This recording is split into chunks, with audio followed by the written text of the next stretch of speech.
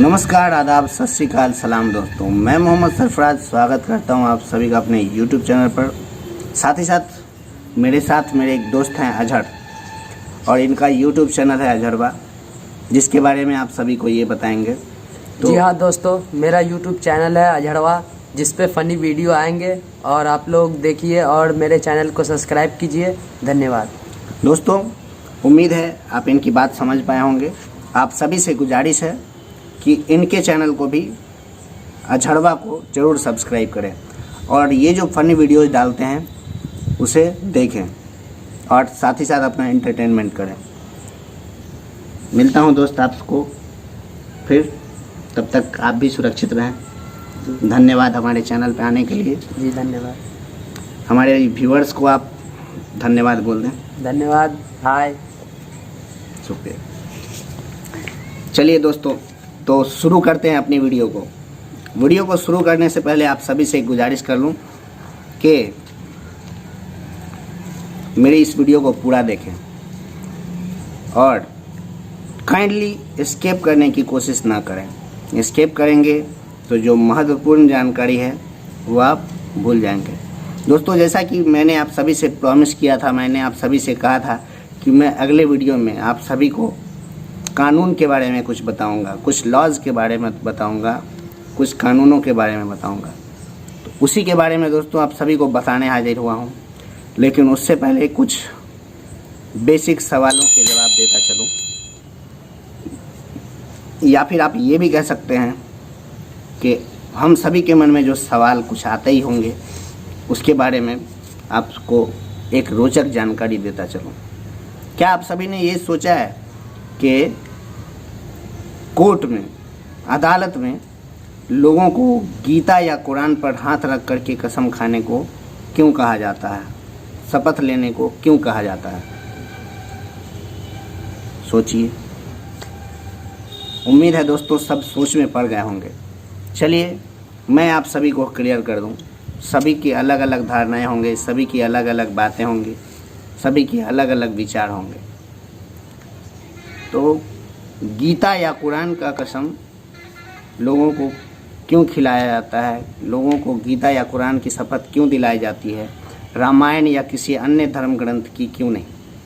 इसके पीछे का जवाब यह है कि रामायण भगवान श्री राम के जीवन की पूरी वर्णन है, या आप ये कह सकते हैं कि भगवान श्री राम के जीवन पर आधारित है।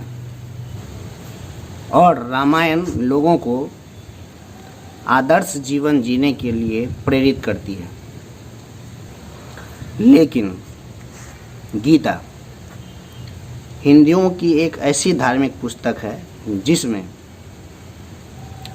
जीवन के लिए मार्गदर्शन उपलब्ध कराया गया है। वैसे ही कुरान में भी सभी लोगों को जीवन के लिए मार्गदर्शन उपलब्ध करवाया गया है। गीता में केवल महाभारत के युद्ध का वर्णन नहीं है, साथ ही साथ उसमें सत्य की स्थापना के लिए मनुष्य को किस प्रकार आचरण करना चाहिए उसका विस्तार से वर्णन किया गया है। मतलब ये है कि गीता में जीवन के पूरे सार को रख दिया गया है। जीवन किस तरीके से जीना चाहिए, किस तरीके से लोगों का उद्धार होगा, किस तरीके से हम सबको जीवन जीना है, ये सारी जानकारी आपको गीता में मिल जाएगी। इसी तरह से इस्लाम में कुरान, क्रिश्चियन में बाइबल लोगों के जीवन के लिए मार्गदर्शन कराया गया है। इसीलिए जब भी आप या हम या जितने भी लोग कोर्ट में जाते हैं, अदालत में जाते हैं, उनको गीता या कुरान पर हाथ रखकर कसम खाने के लिए, शपथ लेने के लिए कहा जाता है। अब आप सोच रहे होंगे कि कोई गीता या कुरान पर हाथ रखकर शपथ ले ले और उसके बाद झूठ बोल ले तो क्या होगा, उसका क्या हो जाएगा? तो दोस्तों, सबसे बड़ी आस्था की बात यह है कि कोई भी, चाहे आप हों, हम हों, कोई भी अगर पवित्र धर्म ग्रंथ पर हाथ रख करके शपथ लेता है तो वो कभी भी झूठ नहीं बोलेगा। और अगर वो झूठ बोलता हुआ पकड़ा जाता है तो उसके लिए भी कानून में प्रावधान है। अब आप सोच रहे होंगे भाई कानून में क्या प्रावधान है, तो अभी वर्तमान में कानून में 2 तरह के प्रावधान हैं। सबसे पहले मौखिक शपथ लिवाया जाता है गीता या कुरान पर हाथ रख के, साथ ही साथ अब लिखित भी शपथ लिया जाता है।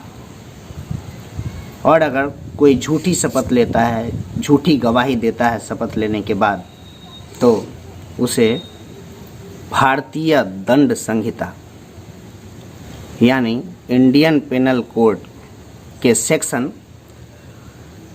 193 के तहत कानूनन अपराध है और उसे 7 साल की जेल हो जाएगी। साथ ही साथ कुछ रकम भी दंड स्वरूप देना पड़ेगा।